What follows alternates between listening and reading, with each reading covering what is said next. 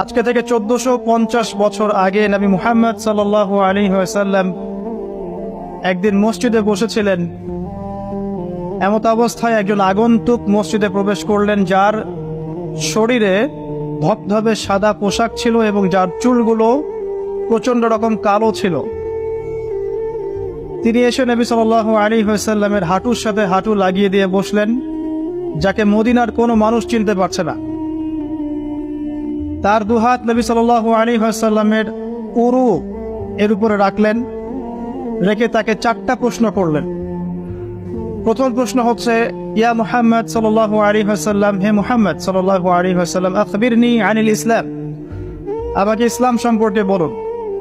নবী সাল্লাল্লাহু আলাইহি ওয়াসাল্লাম ইসলামের সংজ্ঞা বললেন, ইসলাম হচ্ছে তুমি আল্লাহর সাথে কাউকে শরীক করবে না, শুধুমাত্র আল্লাহর ইবাদত করবে, 5 ওয়াক্ত সালাত কায়েম করবে, নিসাব পরিমাণ সম্পদ হলে যাকাত প্রদান করবে, রমাদান মাসে সওম রাখবে, সামর্থ্য হলে হজ করবে। ইসলাম। তিনি বললেন, সাদাকতা, আপনি সত্য বলেছেন। ওমর রাদিয়াল্লাহু আনহু বলছেন, ফাআজিবনা লাহু ইয়াসআলুহু ওয়া ইউসাদ্দিকুহু, আমরা তার এই স্টেটমেন্টটা শুনে অবাক হলাম যে সে নিজেই প্রশ্ন করছে আবার নিজেই সত্যায়ন করছে। তিনি আবারও প্রশ্ন করলেন, আখবিরনি আনিল ঈমান, হে মুহাম্মদ সাল্লাল্লাহু আলাইহি ওয়াসাল্লাম, আমাকে বলুন ঈমান কাকে বলে। নবী সাল্লাল্লাহু আলাইহি ওয়াসাল্লাম বললেন, ঈমান হচ্ছে আল্লাহর প্রতি বিশ্বাস, তার সমস্ত ফেরেশতাদের প্রতি বিশ্বাস, সমস্ত নবী রাসূলগণের প্রতি বিশ্বাস, আসমানি কিতাব সমূহের প্রতি বিশ্বাস, পরকালের জীবনের প্রতি বিশ্বাস এবং তাকদীর বা ভাগ্যের ভালো মন্দের প্রতি বিশ্বাস। তিনি আবারও বললেন, সাদাকতা, সত্য বলেছেন। তিনি আবারও প্রশ্ন করলেন, ইয়া মুহাম্মদ সাল্লাল্লাহু আলাইহি ওয়াসাল্লাম, আখবিরনি আনিল ইহসান, আমাকে বলুন ইহসান কাকে বলে। নবী সাল্লাল্লাহু আলাইহি ওয়াসাল্লাম বলছেন, আল ইহসান, ইহসান হচ্ছে আন তা'বুদাল্লাহা কাআন্নাকা তারাহ, ইহসান হচ্ছে তুমি এমন ভাবে আল্লাহর ইবাদত করবে যেন তুমি আল্লাহকে দেখতে পাচ্ছো। ওয়া ইল্লাম তাকুন তারাহু ফাইন্নাহু ইয়ারাক, যদি তুমি তাকে দেখতে না পারো জেনে রাখবে আল্লাহ তোমাকে দেখছেন। ইহসান মানে একনিষ্ঠতা, আল্লাহ কনসিয়াসনেস, যেটার সাথে তাকওয়া জড়িত আছে। আর তাকওয়াই হচ্ছে আল্লাহর কাছে সম্মানের একমাত্র মানদণ্ড। ইন্না আকরামাকুম ইনদাল্লাহি আতকাকুম।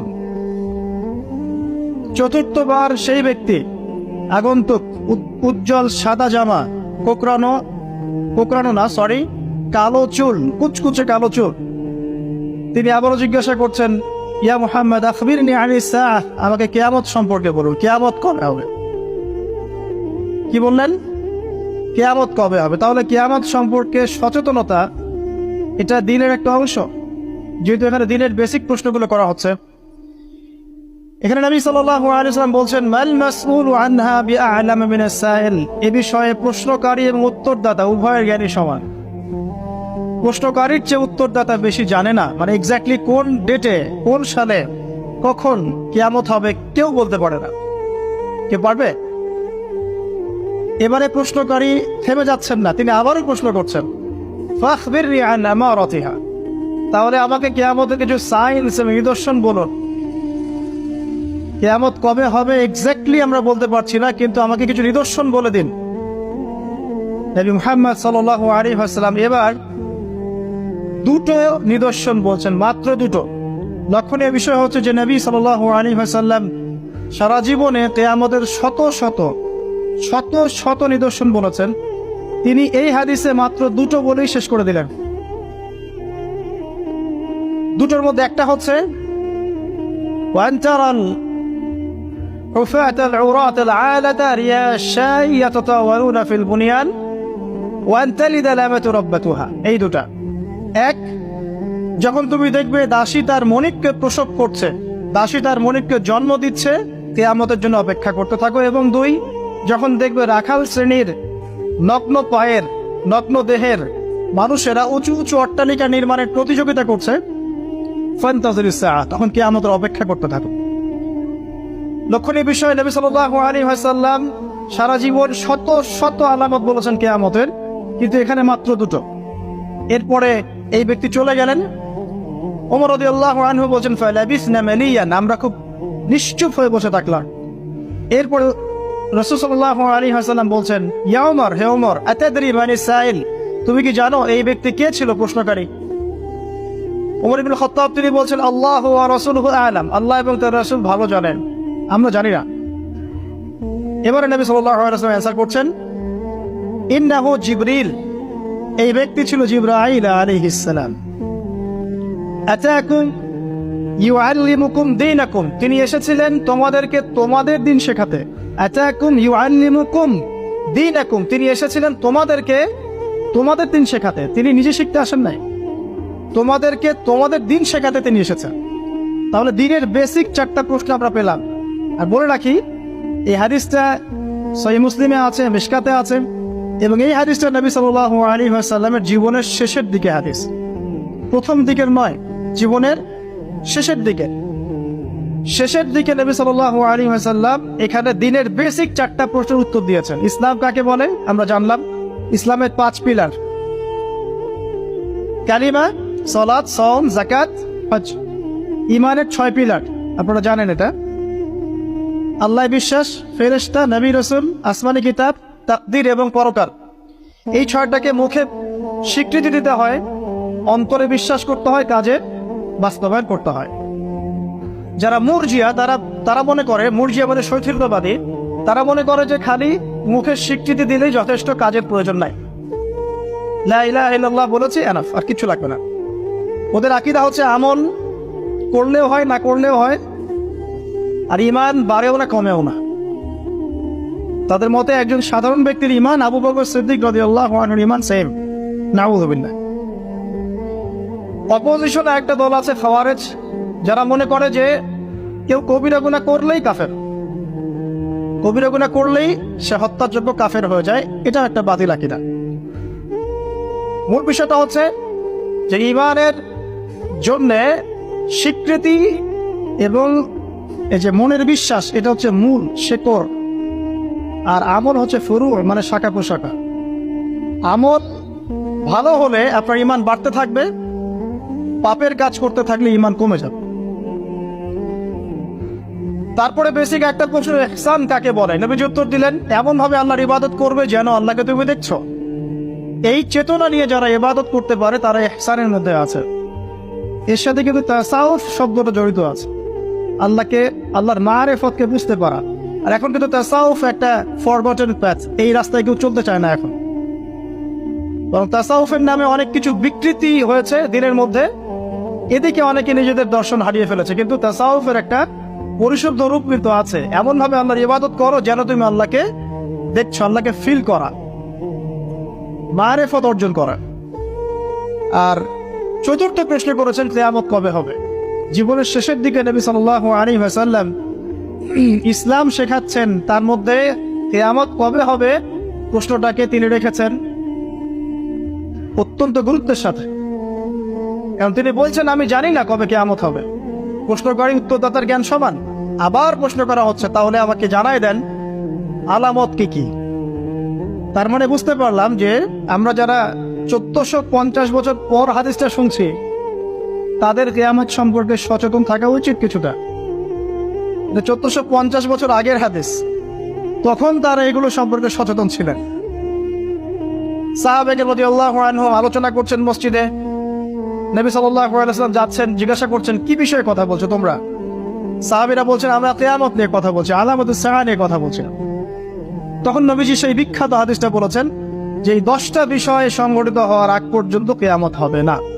মানে 10 major signs of the last day, মানে শেষ দিবসের 10টা বড় বড় সাইন, এগুলো সবচেয়ে মেজর। তার মধ্যে 1 নম্বর দাজ্জালের খুরুজ, ইয়াজুজ আর মাজুজের আগমন, দাবাতুল আরদ, ঠিক আছে, 3টা বড় বড় ভূমিকম্প, পূর্বে, পশ্চিমে, মাঝখানে, ইয়েমেন থেকে আগুন বের হওয়া, ঈসা ইবনে মারইয়ামের আগমন ইত্যাদি। এরকম 10টা মেজর সায়েন্স দেয়া আছে।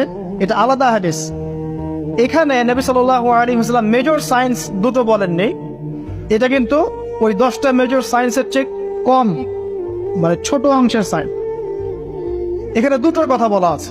এক, যখন দাসী তার মনিবকে জন্ম দিবে।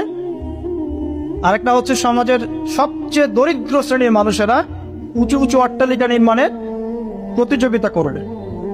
এখন আখিরুজ্জামান সম্পর্কে স্টাডি করতে গিয়ে, আপনি যদি স্টাডি করেন, আর আখিরুজ্জামান সম্পর্কে স্টাডি করতে গেলে শুধুমাত্র কোরআন এবং হাদিসের নলেজটা যথেষ্ট নয়।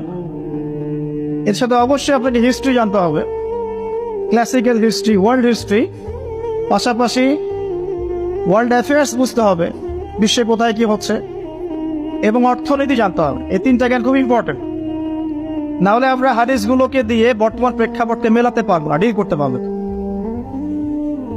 আসেন, এখানে দুটো সাইন বলা হচ্ছে এবং এটাকে গুরুত্ব দেওয়া হচ্ছে।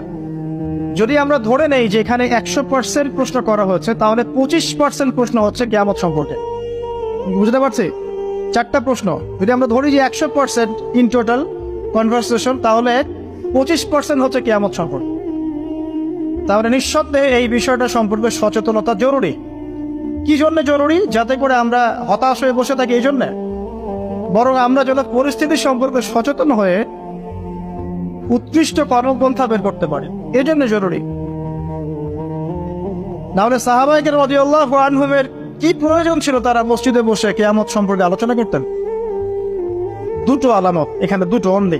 এখান থেকে আমাদের আজকের লেকচারের মূল জায়গা শুরু হচ্ছে।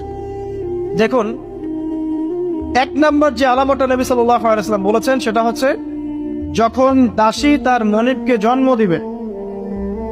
দাসী কি মনিবকে জন্ম দিতে পারে? দাসী কাকে বলে? দাসী তো বোঝেন। দাসী কি তার মালিককে জন্ম দিতে পারে? ওলামায়ে কেরাম অনেক ব্যাখ্যা করেছেন। সবচেয়ে কমন যে ব্যাখ্যাটা করা হয়েছে সেটা হচ্ছে যে পিতা মাতার সাথে দাস দাসীর মতো আচরণ করা হয়। এটা কিয়ামতের একটা বড় নিদর্শন। এটা ব্যাখ্যা করার জন্য এখন খুব বেশি দূর যেতে হয় না, আপনি পেপার পত্রিকা এবং প্রিন্ট অ্যান্ড ইলেকট্রনিক মিডিয়াগুলো ঘাটলেই দেখতে পাচ্ছেন পিতা মাতার সাথে আজকে কি রকম নির্মম আচরণ করা হচ্ছে। এই তো কয়েকদিন আগে আমরা দেখলাম যে একজন ছেলে নিজের হাতে তার মাকে গুলি করে মেরে ফেলে। আর নিউজ তো সব আসে না, যে কয়েকটা আসে সেগুলোর আলোকে আমরা কিছু ইনফরমেশন পাই, কিন্তু এরকম কত যে ঘটনা এই প্রত্যেক দিন ঘটছে, দিনে রাতে দেশের আনাচে কানাচে, আমরা কিন্তু জানি না। আমরা কয়েকটা ধর্ষণের খবর পাই, কিন্তু প্রত্যেক দিন যে কত মেয়ে ধর্ষিত হচ্ছে এগুলো খবর তো আমরা পাই না। পিতা মাতার সাথে দাস দাসীর মতো আচরণ করা হবে, এটা একটা ব্যাখ্যা। এখন দেখুন, এই জামানায় এসে সম্পর্কের মূল্যগুলো যেন কমে গেছে। সম্পত্তির জন্য পিতা তার সন্তানকে বের করে দিচ্ছে, ত্যায্য করছে, আবার পুত্র পিতাকে হত্যা করছে, ছেলে মাকে হত্যা করছে, ভাই ভাইকে খুন করছে, বোন বোনে চুলাচুলি করছে, প্রতিবেশী প্রতিবেশী মারামারি কাটাকাটি করছে, নিজের ভাই বোন যুদ্ধে লিপ্ত হচ্ছে সম্পত্তির জন্য। এবং এই প্রতিটা বিষয়ে আলামতের সাহ, কিয়ামতের আলামত। একটা উত্তর আগে দিয়ে রাখি, এখানে যে 2টা আলামত বলা হয়েছে এর সাথে ওই 10টা আলামত ব্যতীত, আমাদের ওই যে 10টা বড় বড় আলামত, এগুলো ব্যতীত বাকি আলামতের বেশিরভাগই মিলে যায় এবং এটা চেইনের মতো মিলে যায়। এটা বোঝার জন্য আপনার ইন্টেলেকচুয়াল একটা নলেজ দরকার। ইনশাআল্লাহ আল্লাহ পাক সেটা আপনাকে দান করবেন ইনশাআল্লাহ, যদি আপনি ওপেন মাইন্ডেড হন, সংকীর্ণ মন না। দেখুন, সামাজিক মূল্যবোধটা ভেঙে গেছে, আত্মীয়তার সম্পর্কগুলো এখন আগের মতো নাই। ইভেন প্রতিবেশী কে সেটা খোঁজ নেওয়ার প্রয়োজন মানুষ মনে করেন। সামান্য রিজনে আমরা একে অপরকে খুন করতে দ্বিধা করছি না, ছিনতাই করতে, চুরি করতে, ডাকাতি করতে। মানে সামাজিক সম্পর্ক যেগুলো ছিল, একটা হৃদ্যতা ভালোবাসার বন্ধন, এটা কিন্তু আর নাই। খুব ভালো করে খেয়াল করে দেখেন, সামাজিক হৃদ্যতার বন্ধনটা আগের মতো নাই। এমনকি যারা দিন বোঝে, দিন ইসলাম বোঝে, তাদের মধ্যেও সম্পর্কগুলো দেখেন, তাদের ভিতরেও সম্পর্কের দৈন্যতা আছে। মুখে যতই ঐক্যের কথা বলুক না কেন, ভিতরে দেখবেন হিংসা, বিদ্বেষ, গীবত, তহমত, সমালোচনার অসুস্থ সংস্কৃতি লালন করছে। সম্পর্কের সেই আগের হৃদ্যতা, মাধুর্যগুলো এখন আর পাওয়া যায় না। এখানে বোঝানো হচ্ছে দাসী তার মনিবকে জন্ম দিবে, স্পেশালি পিতা মাতার সাথে দাস দাসীর মতো আচরণ করা হবে। কত বড় বড় ডিগ্রিধারী মানুষের বাবা মা এখন বৃদ্ধাশ্রমে আছেন, আপনি জানেন না? আমি জানি না। কেমব্রিজ, অক্সফোর্ড, হার্ভার্ড থেকে পড়ে এসেছে, এসে পিতা মাতাকে বৃদ্ধাশ্রমে দিয়েছে। যে পিতার হাত ধরে সে হাঁটা শিখেছে, শেষ বয়সে ওই পিতার লাঠি সে হতে পারে নাই। যে মা প্রসব বেদনা সহ্য করে তাকে জন্ম দিয়েছে, সেই মায়ের বুকে গুলি চালাতে এখন সন্তানের হাত কাঁপছে না। কিয়ামতের আর কোন নিদর্শনের জন্য আমরা অপেক্ষা করে বসে আছি? যাক, ওদিকে গেলে অনেক লম্বা হয়ে যাবে।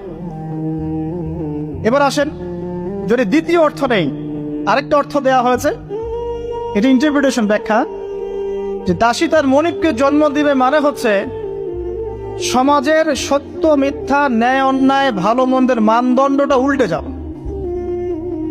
এবং এই ব্যাখ্যাটা আমার কাছে খুব পছন্দনীয় ব্যাখ্যা। আর দাসী মনিবকে জন্ম দিবে মানে উল্টা জিনিস হচ্ছে না এখানে। তার মানে সমাজের যে ন্যায় অন্যায়ের মানদণ্ড আছে, হক বাতিলের মানদণ্ড, এটা উল্টে যাবে। এবং এই হক বাতিলের মানদণ্ড প্রতিটা ক্ষেত্র থেকে উঠে গেছে। আপনাকে দেখাচ্ছি, মনে করেন আমরা ছোটবেলা থেকে 25-30 বছর পর্যন্ত পড়াশোনা করি। এখন জ্ঞান অর্জনের মানদণ্ড কি হবে? আল্লাহর সন্তুষ্টি অর্জন করা, আল্লাহর দিনকে শেখা, সেই দিন পালন করা, এর প্রচার করা, এর প্রতিষ্ঠা করা। ম্যাক্সিমাম আমাদের মধ্যে এখন পড়াশোনা করছে দুনিয়ার জন্য, অনলি ফর একটা চাকরি, একটা ব্যবসা, একটা ক্যারিয়ার, এতটুকু, একটা সার্টিফিকেট। তাহলে পড়াশোনার ক্ষেত্রে আপনার মানদণ্ড উল্টে গেছে। সত্য গ্রহণ করার ক্ষেত্রে আমরা মানদণ্ড কি রাখবো? যে আল্লাহ এবং তার রাসূল যা বলেছেন এটা সত্য, এর বাইরে সত্যের কোনো উৎস নাই। এখন আমাদের সত্য মিথ্যা গ্রহণের মানদণ্ড এমন, পশ্চিমারা যা বলবে ওটাই সত্য, ওটা কোরআন সুন্নাহর সাথে মিলুক চাই না মিলুক। পশ্চিমার মনে করেন যত তন্ত্রমন্ত্র আছে, যত তন্ত্রমন্ত্র, পলিটিক্যাল তন্ত্র বলেন, ইকোনমিক তন্ত্র বলেন, সামাজিক তন্ত্র বলেন, হ্যাঁ, এক একটা নাম নিয়ে বললে বুঝতে পারতেন যে ফেমিনিস্ট রেভলিউশন, কমিউনিজম, আপনার ওই যে সোকল্ড ডেমোক্রেসি আর কি, সোকল্ড যেটা সত্যিকার অর্থে না, সোকল্ড একটা সেকুলারিজম, এটা আসলে সেকুলারিজম না, সোকল্ড সেকুলারিজম। প্রতিটা মতবাদ পশ্চিম থেকে এখানে এসেছে এবং এগুলোকে দিয়ে আমরা কোরআন হাদিসকে এখন যাচাই করা শুরু করেছি। কোরআন হাদিসকে দিয়ে এগুলোকে যাচাই করবো এটা না, এগুলোকে দিয়ে কোরআন সুন্নাহকে যাচাই করে আমরা সত্য মিথ্যা গ্রহণ করছি। তাহলে দর্শন নেয়ার ক্ষেত্রেও কিন্তু আমরা সত্য মিথ্যার মানদণ্ড উল্টে দিয়েছি। দাসী মনিবকে জন্ম দিয়েছে এখানে, তাই না?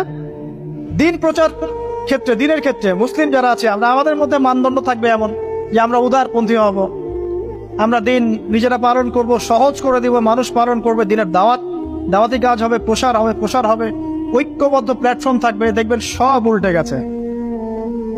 ব্যক্তি জীবন থেকেই দিন বিদায় নিচ্ছে। বাইরে খালি দেখবেন হয়তো আমার এখানে লেবাসে দাড়ি টুপি আছে, ভিতরে গিয়ে দেখবেন যে আসলে আমার ব্যক্তি জীবনে, অর্থনৈতিক জীবনে, সামাজিক জীবনে ইসলাম নাই, পারিবারিক জীবনে নাই। তো মানদণ্ড উঠে যাচ্ছে। দেখবেন ঐক্যের মানদণ্ডের জায়গায় বিভক্তির মানদণ্ড নিয়েছি। তারপরে অর্থনৈতিক জীবনে যান, এখানে দেখেন মানদণ্ড দেখেন, মানুষ এখন হালাল হারামের যার্রা পরিমাণ পরোয়া করে না। অল্প কিছু মানুষ বাদ দিয়ে এই সব কিছুর বাইরে কিছু মানুষ আছে যারা একটু ব্যাকডেটেড, সেকেলে, যারা একটু মৌলবাদী টাইপের, এরা একটু অন্যভাবে চিন্তা করে। আর ম্যাক্সিমামে হালাল হারামের কোনো বাছ বিচার নাই, সমানে সুদ খাচ্ছে আর ঘুষ খাচ্ছে, দুর্নীতি করছে, টাকা আত্মসাৎ করছে, মানুষের সম্পদ লুট করে খাচ্ছে, জমি লুট করে খাচ্ছে। এটা যে একটা পাপ, এই বোধটুকু পর্যন্ত গায়েব হয়ে গেছে। আমানত নিয়ে একটা হাদিস পড়ছিলাম গতকাল রাতে, নবী সাল্লাল্লাহু আলাইহি ওয়াসাল্লাম বলছেন এমন যুগ আসবে যে আমানত এই কলিজা থেকে উঠিয়ে নেওয়া হবে, শুধু একটা নোক্তার মতো ফোঁটা বাকি থাকবে। তারপরে আবার সে ব্যক্তি ঘুমাবে, আমানত উঠিয়ে নেওয়া হবে, থাকবে একটা ফুসকার মতো। ফুসকার ভিতরে যেমন পানি আর পুষ ছাড়া কিছুই থাকে না, তেমনি আমানতের একটা খালি শেল থাকে। মানুষ বলবে ওই লোক বড় আমানতদার, কিন্তু ওর মধ্যে যাররা পরিমাণ আমানতদারিতা থাকবে না। তো মানদণ্ড দেখেন, অর্থনৈতিক জীবনে আমাদের মানদণ্ড আর আগের মতো নাই। আমরা এখানে হালাল হারামের পরোয়া খুব কম মানুষই করি। যারা বলে যে সুদ খাওয়া হারাম, ঘুষ খাওয়া হারাম, দুর্নীতি করা হারাম, ইত্যাদি ইত্যাদি, উত্তর দেয় এগুলো ছাড়া আবার এই যুগে চলা যায়? সুদ না খেয়ে আবার এই যুগে চলা যায়? মানে মায়ের সাথে জেনা না করে এই যুগে চলা যায়? মেয়েদেরকে ধর্ষণ না করে এই যুগে চলা যায়? মানে 1 দিরহাম সুদ খেলে 36টা মেয়েকে ধর্ষণ করা হয়, বুখারী হাদিস আছে। আর আল্লাহ পাক কোরআনে কি বলছেন? যে কোরআন মাথায় তুলে আমরা রেখে দেই সুন্দর করে পরিষ্কার করে একদম আলমিরার উপরে, সেখানে আল্লাহ পাক বলছেন সুদ ছেড়ে দাও, যদি না ছাড়ো তাহলে আল্লাহ এবং তার রাসূলের সাথে যুদ্ধের ঘোষণা শুনে না। মানুষ এখন বলছে আল্লাহ এবং তার রাসূলের সাথে যুদ্ধ না করে থাকা যায়? এখন অর্থনৈতিক জীবনে সত্য মিথ্যার কোনো মানদণ্ড নাই। টাকা উপার্জনের ক্ষেত্রে আমরা হালাল হারামের যাররা পরিমাণ পরোয়া করছি না। দাড়ি টুপি রেখেও দেখবেন অনেক সময় আমরা এমন কিছু ব্যবসা শুরু করেছি যেখানে ধর্ম অনেক দূরের বিষয়। অনেকে ধরা পড়ছে এখন বিভিন্ন অভিযানের প্রশাসনে, দেখবেন দাড়ি টুপি পাগড়িওয়ালা। তো এরা কি ইসলাম বোঝে না? অন্যরা না হয় বোঝে না, এরাও কি ইসলাম বোঝে না? ধর্মকেও অনেক সময় ব্যবসা বানিয়েছি আমরা, ধর্মকেও অনেক সময় ব্যবসার হাতিয়ার বানিয়েছি আমরা। দেখবেন বহু এমন জায়গা আছে যেখানে ভণ্ডামি হচ্ছে, বেদাতি কাজকর্ম হচ্ছে, কুফরি হচ্ছে, শিরিক হচ্ছে, মানুষ লক্ষ লক্ষ টাকা ঢালছে ওখানে, গরু দিচ্ছে, ছাগল দিচ্ছে, কি করছে না করছে আপনারা আরো ভালো জানেন। তো হালাল হারামের কোনো পরোয়া আমরা ইকোনমিক লাইফে করছি না, আর পলিটিক্যাল লাইফে তো করার প্রশ্নই ওঠে না। আর এখানে এই বিশ্বে, বর্তমান বিশ্বে পলিটিক্স করতে হলে হালাল হারাম নির্ধারণ করবে পশ্চিমারা, ব্যাস, ফুল স্টপ। ওরা যেটা বলবে হালাল হালাল, ওরা যেটা বলবে হারাম হারাম, এর বাইরে কিচ্ছু নাই।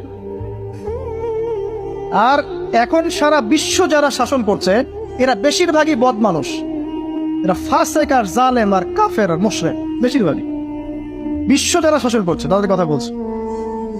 যত বড় বড় বৈশ্বিক সংগঠনগুলো তৈরি করেছে এরা বেশিরভাগই বদ শ্রেণীর মানুষ।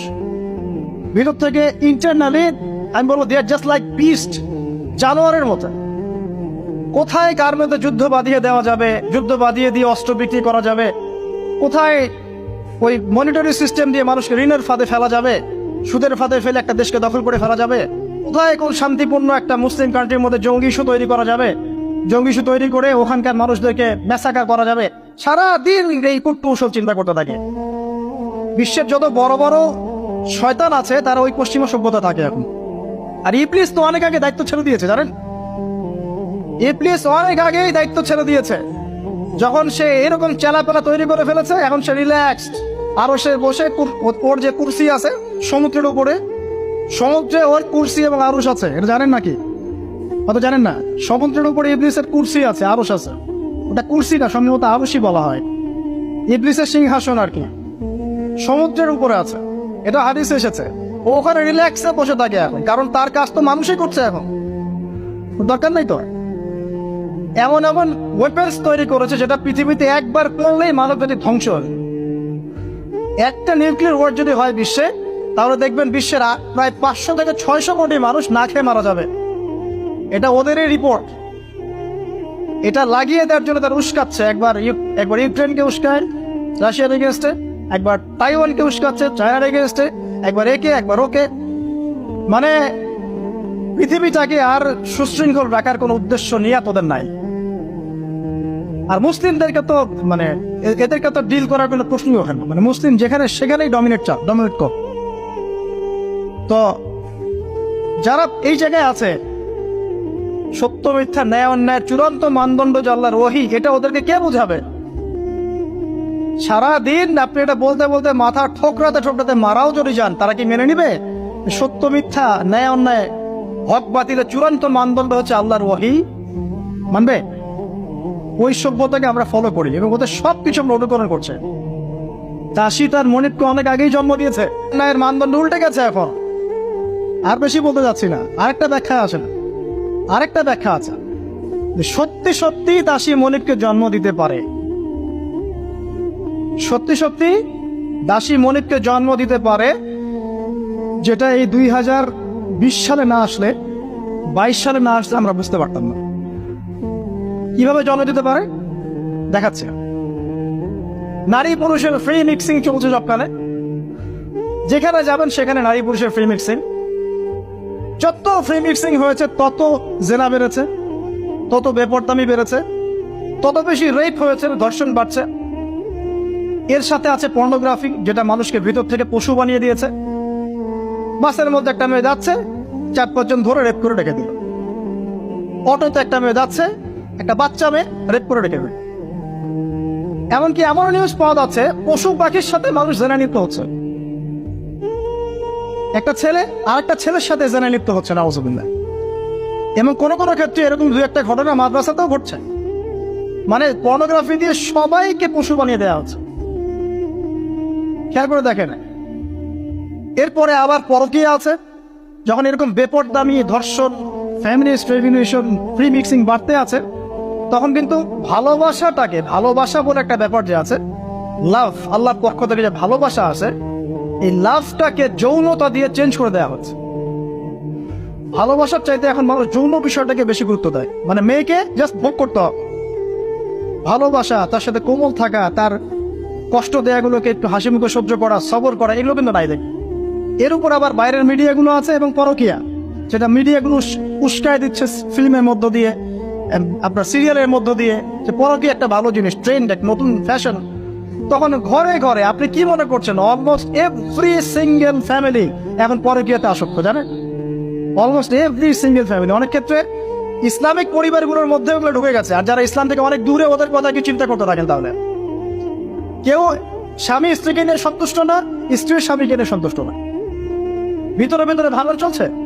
আর যখন এই ভাঙনগুলো চলতে আছে, তখন মেয়েরা সন্তান জন্ম দেওয়ার ফুরসত পাচ্ছে না। ওদের আবার কেরিয়ার বলে একটা ব্যাপার আছে, কেরিয়ারটা আগে বিল্ড আপ করতে হবে সন্তান পরে। যখন সন্তান জন্ম দেওয়ার ফুরসত পাচ্ছে না, তখন কি করতে হবে? ওই পশ্চিমাদের মতো, বা এই যে আমাদের এই কর্নারে একটা নতুন ইসরায়েল আছে, এর নাম সিঙ্গাপুর, এই আবার একটা নতুন ইসরায়েল, এই ধরনের কান্ট্রিগুলোর মতো ওখানকার মেয়েরা সন্তান জন্ম দেওয়ার সময় পায় না, ওরা জেনা করার সময় পায়। দেখা যায়, একটা জরিপে দেখা গেছে যে বিয়ের আগে একটা ছেলে প্রায় 20 থেকে 22টা মেয়ের সাথে যৌন সম্পর্ক করে। এটা নাউজুবিল্লাহ বলছেন, বাট আমি আরেকটা হাদিস পড়ছি রিসেন্টলি, যেখানে নবী সাল্লাল্লাহু আলাইহি ওয়াসাল্লাম বলছেন আখিরুজ জামানে একটা ছেলের পিছনে এমন একটা সময় আসবে, যেটা এখন আসেনি আলহামদুলিল্লাহ, এমন একটা সময় আসবে যে একটা ছেলের পিছনে 30-40 জন মেয়ে ঘোরাঘুরি করবে শুধু যৌন সম্পর্কের জন্য। এই সময়টা ওরা পার করে এসেছে পশ্চিমারা। আচ্ছা, তো যেহেতু সন্তান জন্ম দেওয়ার ফুরসত নাই, ক্যারিয়ার আছে, জেনা ওপেন, জেনা চাইলেই মানুষ করতে পারে, বিয়ে করার প্রয়োজন হয় না, মদ ওপেন, জেনা ওপেন, পতিতালয় ওপেন, সবই ওপেন। এসব কিছু ওপেন করে দিয়ে আমরা কি করি? আমরা অপরাধ দমনের চেষ্টা করি। কি চমৎকার সাইকোলজি আমাদের, বাহবা দিতেই হয়। সব ওপেন, ওদের ওখানে ওপেন। তো ওখানে আর মেয়েরা চাকরি বাকরি এসবের দিকে ফোকাস করতে করতে সন্তান জন্ম দেওয়ার সময় নাই। কি করতে হবে?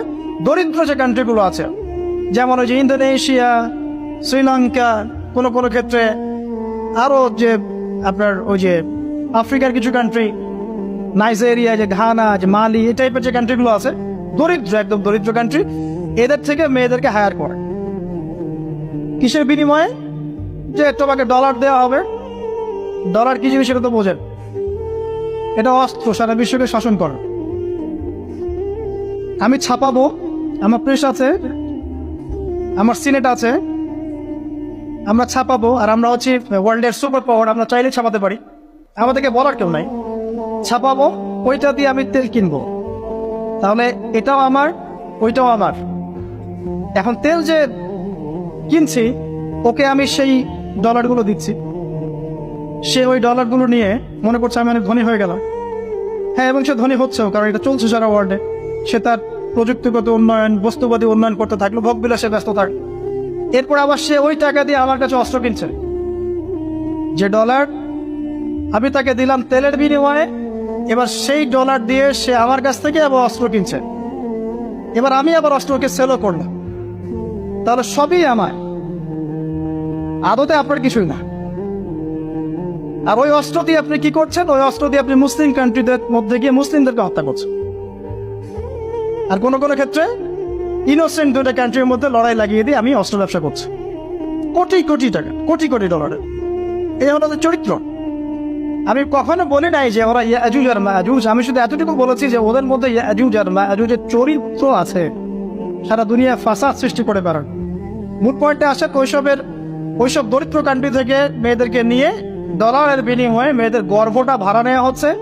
9 মাস এখানে স্পার্ম ইনজেক্ট করা হবে এবং এর ফলে একটা বেবি হবে, এবং এই বেবিকে অনেক ভালো কিছু খাওয়াতে হবে। এই জন্য 9 মাস তাকে খুব ভালো পানি, ভালো খাবার দেওয়া হয়। এরপর যখন মেয়েটা গর্ভ হালাস করে, বাচ্চাকে রেখে সে তার কাজ শেষে চলে গেল, ডলারের বিনিময়ে তার গর্ভ বাড়ানো।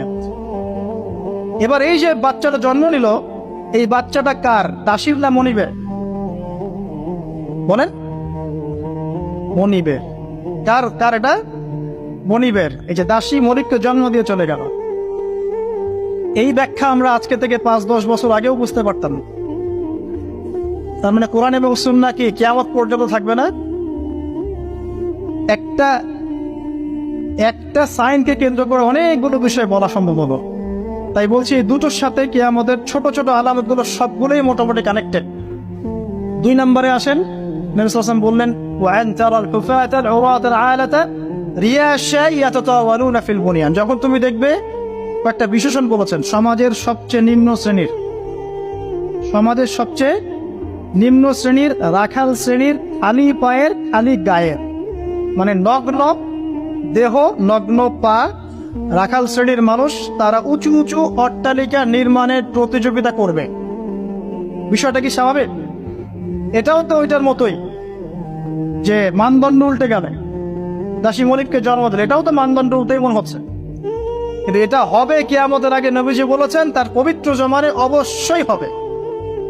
আর এটা যে হয়ে গেছে অলরেডি, এটা বোঝার জন্য কি আমার খুতবা দেওয়ার দরকার আছে? স্পেশালি আমরা যারা এই যে বড় বড় সিটিসগুলোতে থেকে অভ্যস্ত,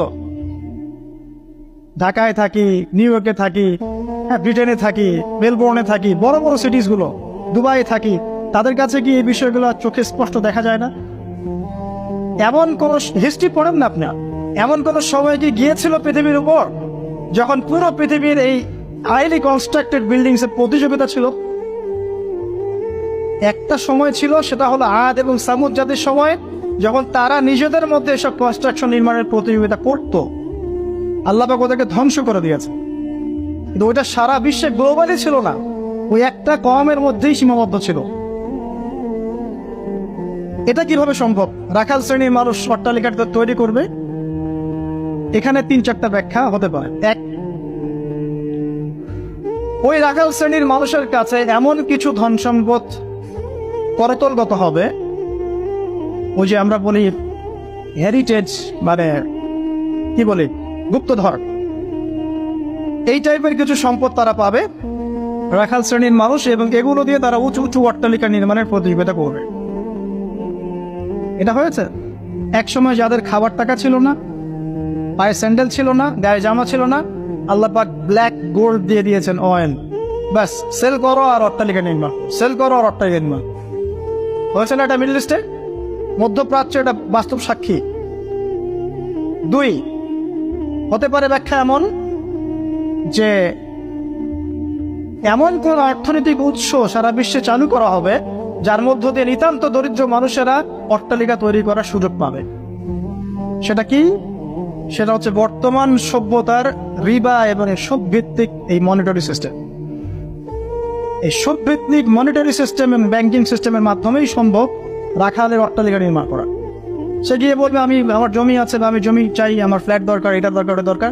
কি করতে হবে? লোন দিতে হবে। ওকে লোন নাও, 1 কোটি টাকা নাও, তোমাকে 10 বছর সময় দিচ্ছি, 10 বছর পর তোমাকে 1,50,00,000 দিতে হবে। সে মনে করবে হ্যাঁ কোনো সমস্যা নেই, 10 বছর টাইম দেওয়া হয়েছে, একটু না হয় বেশি দিলাম চার্জ, বাট আমি তো আমার স্বপ্ন পূরণ করছি। অথচ সে বুঝতে পারলো না সে মায়ের সাথে জিনা করলো, যে খেলো সেও জিনা করলো, যে খাওয়ালো সেও জিনা করলো, যে সাক্ষী থাকলো সেও করলো, যে লিখে রাখলো সেও করলো। এর ফলশ্রুতিতে এলিট সোসাইটির খুব একটা সমস্যা হয়নি। এই রিবার মূল পরিণতিটা হচ্ছে যে দরিদ্র মানুষরা দিন দিন দারিদ্রতার অতল তলে যেটা থাকে। খুব এলিট সোসাইটি যারা, ওদের খুব একটা সমস্যা হবে না। এটাই রিবা।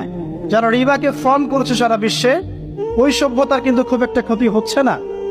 যাদেরকে ওষুধ খাওয়াচ্ছে, IMF এর থ্রু দিয়ে বলেন, ওয়ার্ল্ড ব্যাংকের থ্রু দিয়ে বলেন, সবাইকে সুদ খাওয়াচ্ছে। ঋণ চাচ্ছ, ঋণ দিব, এইসব শর্তগুলো দেখে ঋণ দিব, তবে আমাকে এত % দিতে হবে, অত % দিতে হবে। এখন এই পার্সেন্টেজের টাকাটা কত টাকা, এই টাকাটা কি আমাদেরকে দিতে হবে না? অতএব এখানে সুদ আমরা খাচ্ছি, খেতে হচ্ছে। সারা ওয়ার্ল্ড এভাবে চলছে। এখন আপনি কি ওয়ার্ল্ডের বাইরে যেতে পারবেন? পারবেন না। সারা বিশ্বে এভাবে এই সুদভিত্তিক মনিটারি সিস্টেমের মধ্য দিয়ে দরিদ্র শ্রেণীর মানুষকে উঁচু উঁচু অট্টালিকা নির্মাণের সুযোগ করে দেওয়া হয়েছে। সংক্ষেপে বললাম। আরেকটা ব্যাখ্যা হতে পারে, এবং আমার কাছে এই ব্যাখ্যাটা খুব ভালো লাগে, সেটা হলো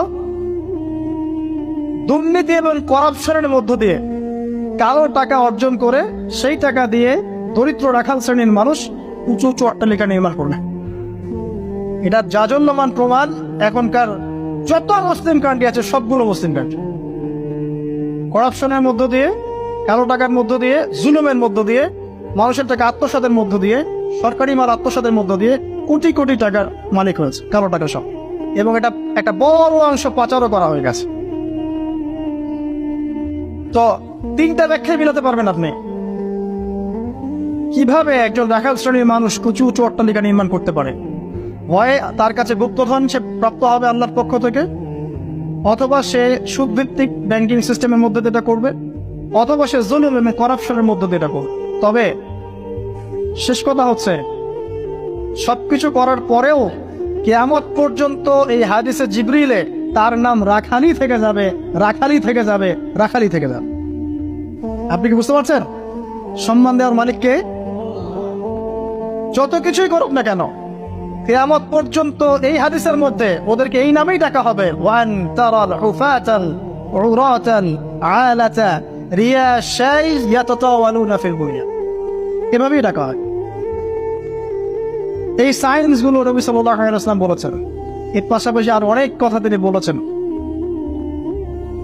মানুষের মধ্যে ধর্মীয় জীবন থেকে ইসলাম আস্তে আস্তে সংকীর্ণ হয়ে আসবে, উম্মার মধ্যে ফাটল বাড়তে থাকবে, মানুষ দিনের জ্ঞান অর্জনকে খুব একটা মূল্যায়ন করবে না, ইলম উঠে যাবে, আলেম ওলামাদের মৃত্যু হবে, ওলামাদের উপর জুলুম আসবে, জাহেলদেরকে মানুষ আলেম রূপে গ্রহণ করা শুরু করবে, মানুষ ইসলামকে বিকৃত ব্যাখ্যা করা শুরু করবে, এবং এমন একটা সময় আসবে যে কাফের মুশরিক মুনাফিকরা পর্যন্ত ইসলামের ব্যাখ্যা নিয়ে মুসলিমদের সাথে তর্ক করবে। পারিবারিক বন্ধন ভাঙবে, বাবা মা সন্তান সন্ততির পারিবারিক বন্ধন ভাঙবে, প্রচুর জেনা বাড়বে এবং জেনাকে মানুষ হালাল মনে করবে, প্রচুর মাদক বাড়বে, মাদককে মানুষ হালাল মনে করবে, পরকীয়াকে মানুষ হালাল মনে করবে, বাদ্যযন্ত্রগুলোকে মানুষ হালাল মনে করবে, বিনোদনের নামে এন্টারটেইনমেন্টের নামে মানুষ এমন এমন হারাম কাজে লিপ্ত হবে যার ফলশ্রুতিতে তাদেরকে একদিন বানর এবং শুয়োর বানিয়ে দেওয়া হবে। আল্লাহ পাকের দয়া না থাকলে আর পৃথিবীতে যদি অন্য মাখলুক না থাকতো, আল্লাহ পাক আসমান থেকে বৃষ্টি বন্ধ করে দিতেন। এগুলোর ফলশ্রুতিতে মুসলিমদের উপরে দুর্দশা নেমে আসবে, দুর্ভোগ নেমে আসবে, খুনাখুনি বাড়বে, হারাজ বাড়বে। নবীজি বলছেন হারাজ হচ্ছে এমন বিষয়, একজন ব্যক্তি মারা যাবে, সে জানবে না কেন মারা গেল। একজন ব্যক্তিকে মেরে ফেলা হবে, যে মারবে সেও বুঝতে পারবে না কেন তাকে মারছি, আর যে মারা যাবে সেও বুঝতে পারবে না কেন আমাকে মারল। সবচেয়ে মারাত্মক হচ্ছে যে ফ্যামিলি স্টেবিলিশন বাড়বে, মহিলাদের মধ্যে বেপরদামি বাড়বে, ব্যভিচার বাড়বে এবং পতিতাদের সংখ্যা বাড়বে। এটা ফ্রি হয়ে যাবে, মানুষ সবার উন্মুক্ত হয়ে যাওয়ার সময় ইজি আপনার কাছে উন্মুক্ত হয়ে যাবে, মাদক ইজি উন্মুক্ত হয়ে যাবে, অশ্লীলতার প্রসার ঘটবে। তখন আল্লাহর রাসূল বলছে সাল্লাল্লাহু আলাইহি ওয়াসাল্লাম, আল্লাহ পাকের পক্ষ থেকে ভূমি ধসের আযাব আসবে, ভূমি ধসের আযাব আসবে, জালজালা ভূমিকম্প আসবে এবং আকৃতি পরিবর্তনের আযাব আসবে, মানুষের আকৃতি পরিবর্তন হবে। তিনি বলছেন সময়গুলো এমন ভাবে যাবে যেন মানুষের কাছে মনে হবে যে গতকালটা আজকের চাইতে ভালো ছিল। মানুষের কাছে এমন মনে হবে গতকালটা আজকের চাইতে ভালো ছিল, গত বছর এই বছর হচ্ছে ভালো ছিল। মানুষের কাছে মনে হবে যে হায় আমি যদি কবরবাসী হতাম, কবরের পাশ দিয়ে হেঁটে যাবে আর বলবে হায় আমি যদি জীবিত না থেকে কবরবাসী হতো। প্রকৃতিও পরিবর্তন হয়ে যাবে, প্রকৃতি ঋতু পরিবর্তন হয়ে যাবে, বৃষ্টিপাতের মধ্যে সমস্যা সৃষ্টি হবে, বন্যা বলেন, ভূমিকম্প বলেন, খরা, দুর্যোগ যা যা দেখছেন আল্লাহর পক্ষ থেকে গজব আযাব এগুলো ক্রমান্বয়ে বাড়তে থাকে। এমনকি সময়কে কেন্দ্র করে বলা হয়েছে সময় পর্যন্ত সংক্ষিপ্ত হয়ে আসবে, এত দ্রুত টাইম পাস হয়ে যাবে যে মানুষ মনে করবে যে একটা বছর চলে যাচ্ছে একটা মাসের মতো, একটা মাস একটা সপ্তাহ, একটা সপ্তাহ একটা দিনের মতো, একটা দিন একটা ঘন্টার মতো। উম্মার দুর্দশা, নবী সাল্লাল্লাহু আলাইহি ওয়াসাল্লাম বলছেন তোমরা সংখ্যায় প্রচুর হবে, তোমরা বিভক্ত হয়ে থাকবে খণ্ডে খণ্ডে, তোমরা সংখ্যায় প্রচুর হবে, কিন্তু মৃত্যুর ভয় তোমাদেরকে পেয়ে বসবে এবং তোমরা আল্লাহর রাস্তায় আল্লাহর দ্বীনের জন্য সংগ্রাম করতে চাইবে। এতে করে তোমাদের উপরে বহিঃশত্রুর আক্রমণ চাপিয়ে দেওয়া হবে, জুলুম বাড়বে, মাজলুমের সংখ্যা বাড়তে থাকবে, জালেমকে অবকাশ দেওয়া হবে, জালেমকে ছাড় দেওয়া হবে, জালেমকে ছাড় দেওয়া হবে। সে জুলুম করতে করতে এমন পর্যায়ে নিয়ে যাবে যে মনে হবে যে তারা এই বিশ্বের নতুন ফেরাউন। জিউসরা শক্তিশালী হবে, জিউসরা শক্তিশালী হবে, ইসলামের এগেইনস্টে যে শক্তিগুলো আছে এরা শক্তিশালী হতে থাকবে, ওদের মধ্যে ইউনাইটেড বন্ড দেখা যাবে। স্পেশালি জেরুজালেমের কথা এসেছে যে ওই জায়গাটা শক্তিশালী হবে। শাম এবং ইরাকের মাঝখানের যে পয়েন্টের কথা আসছে, এই জায়গায় ইসরায়েল নামক রাষ্ট্রের অস্তিত্ব তখন ছিল না যখন নবী সাল্লাল্লাহু আলাইহি ওয়াসাল্লাম এই হাদিস বর্ণনা করেছেন। এ তো কয়েকদিন আগে অস্তিত্ব লাভ করলো। হাদিস বর্ণনা করা আছে 1400 বছর আগে। জিউস আসবে, মাসিহুদ দাজ্জাল ইস্পাহান নামক জায়গার কথা আছে, এখান থেকে সে খুরুজ হবে, তার খুরুজ মানে আত্মপ্রকাশ। কিন্তু সে রুল করবে জিউসদেরকে দ্বারা। এবং জিউসরা এখন কোথায় শক্তিশালী এটা আপনারাই চিন্তা করে দেখেন, সারা ওয়ার্ল্ডে তারা কি করছে। তো ছোট ছোট যত আলামতগুলো আছে এগুলোকে যদি আপনি একত্রিত করেন, এই দুইটা আলামতের সাথে মেলাতে পারবেন। দাসী মনিককে জন্ম দিচ্ছে, আর সমাজের সবচেয়ে নিম্ন শ্রেণীর মানুষ অট্টালিকা নির্মাণের প্রতিযোগিতা করছে।